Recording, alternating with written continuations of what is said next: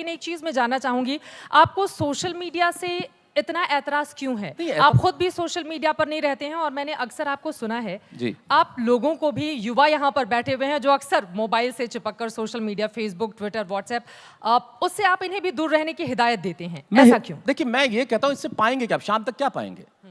मैं आज ये करके आया, ये प्रचार करने की क्या आवश्यकता है? मैं नहीं करता। मैं यहाँ कविता आज का दौर तो लेकिन प्रचार प्रसार का ही है भाई। आज का दौर होगा प्रचार प्रसार का। मुझे इस तरह की पब्लिसिटी नहीं चाहिए जो मुझे कम कर दे, मुझे हल्का कर दे, मुझे धीमा कर दे, मुझे नीचे कर दे। सृजन में अगर मैं वक्त लगाऊंगा, देखिए बहुत सीधी सी बात है, मेरी 2 पंक्तियां हैं कि सहजता थी, सादगी थी, बंदगी थी। ये व्हाट्सएप और फेसबुक नहीं थे ना, तब जिंदगी थी। और यकीन मानिए, व्हाट्सएप अगर 1947 के पहले आ गया होता तो देश अभी तक आजाद नहीं होता। हर आदमी एक दूसरे को मैसेज भेजता है, इस मैसेज को इतना फैलाओ कि अंग्रेज देश छोड़ के भाग जाएं। अच्छा, दिलचस्प ये है कि तालियां वो लोग बजा रहे हैं जो सबसे ज्यादा सोशल मीडिया का इस्तेमाल करते हैं, क्योंकि उन्हें पता है कि ये क्या है। क्योंकि फेसबुक पे आप यकीन मानिए चित्रा, आप अपना चेहरा लगाएं और उसके बाद कोई स्टेटस डाल दे, कमेंट डाल दे, फिर देखिए आप नीचे कमेंट की बहार। क्योंकि फेसबुक पे हम लोगों से बात नहीं करते, चेहरों से बात करते हैं। दुनिया में झूठ बोलने की इससे ज्यादा बड़ी जगह मैंने नहीं देखी। आप यकीन मानिए, आप इतनी खूबसूरत हैं, आप एक लगाएं कि जैसे नहीं, इसमें सच्चाई है, इसमें गलत क्या बात है? ये तो सूचना है और आप तो पत्रकार हैं, सूचना देने का ही काम करते हैं, तो ये तो सूचना है, राइट?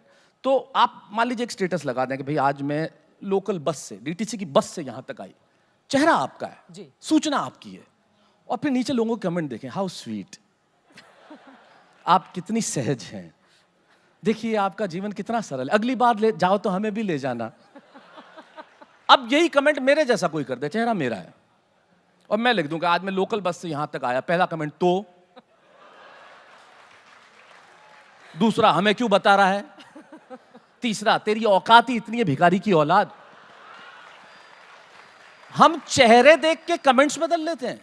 हमारी सच्चाई ये है, हम चेहरों से बात करते हैं, हम लोगों से बात नहीं करते। तो जब आप जिस जगह पे लोगों से बात करते ही नहीं है, उस जगह पे रहने का फायदा क्या है? बहुत महत्वपूर्ण, ये बड़ा महत्वपूर्ण। आप यकीन मानिए, आजकल के बच्चे, आप इंसानों से दूर होते चले जाएंगे। यकीन मानिए, इंसानों से नजदीक रहना सीखिए, मशीनों से थोड़ा दूर हो जाइए तो संस्कृति बची रहेगी। मोबाइल फेंक दीजिए, किताबें ले लीजिए। और साहित्य आज तक का मंच इसीलिए सजा भी है जी, और लगातार हम देख पा रहे हैं यहाँ पर कि कितनी किताबों का विमोचन भी हुआ है। आगे बढ़ते हुए एक और, इसके पहले मैं आगे बढ़ूं लेकिन फिर से आपको मोबाइल की दुनिया में लौटा कर ले आती हूँ। वो चंद पंक्तियां जब पिता एक कमरे में होता है और बेटा दूसरे कमरे में, और दोनों एक दूसरे से व्हाट्सएप पर बात कर रहे होते हैं। भाई हमारे पिता तो व्हाट्सएप पे, हम तो किसी स्तर पे उनसे बात नहीं कर सकते, क्योंकि मेरे पिताजी बहुत पिताजी किस्म के पिताजी हैं। मतलब यकीन मानिए, इस तरह के पिताजी हैं। ये लाइव तो नहीं चल रहा?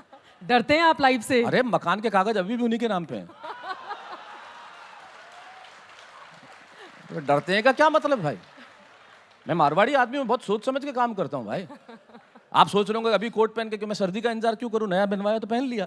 मतलब हम लोग वो लोग हैं। अरे इतने खतरनाक पिताजी हैं। क्लास में टीचर मुझे मैथमेटिक्स पढ़ा रहे थे, बोले खड़े हो जाओ, मैं खड़ा हो गया। आपको मालूम मैथमेटिक्स में उदाहरण दिए जाते हैं, मुझे आज तक समझ में नहीं आया। वो 3 बिंदु बना के चूंकि, माना की, अब वो 3 बिंदु का क्या लेना देना मेरे कभी पल्ले नहीं पड़ा।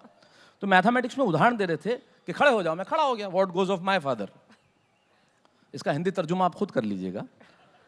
तो खड़ा हो गया तो बोले मैथमेटिक्स पढ़ा रहे थे सर। वो आप ही की उम्र के हैं सर जो आप इतने ध्यान से मुझे देख रहे हैं। मैं आपका सम्मान करता हूं, उन्हीं को याद करते हुए आपको देख के बोल रहा हूं।